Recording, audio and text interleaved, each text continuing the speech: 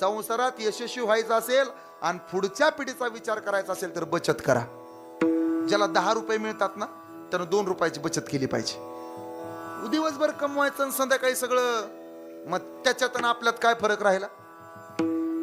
ज्या दिवशी आपल्याकडे 20 लाख येतील त्या दिवशी 10 लाखाची गाडी घ्यायची आणि 10 लाख मागं ठेवायचं. का? ऍक्सिडेंट झाल्यावर भरपाई द्यावी लागली तर?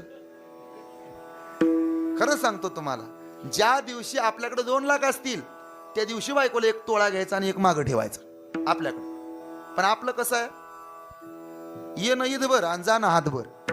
ऊसाचं बिल आलं 2.5 लाख आणि त्यानं लगेच पाईपलाईनीला घालवलं 15 लाख. मग झालं कर्ज. ताळे बंद करायला शिकलं पाहिजे. बचत करा. संसार जर चांगला करायचा असेल तर बचत करा. उगा आहे म्हणून उडवायचं नाही. माझी विनंती आहे तुम्हाला, बचत करा. जेवढी बचत कराल तेवढी कमाई वाढेल. आपल्या पोरांना सवय लावा.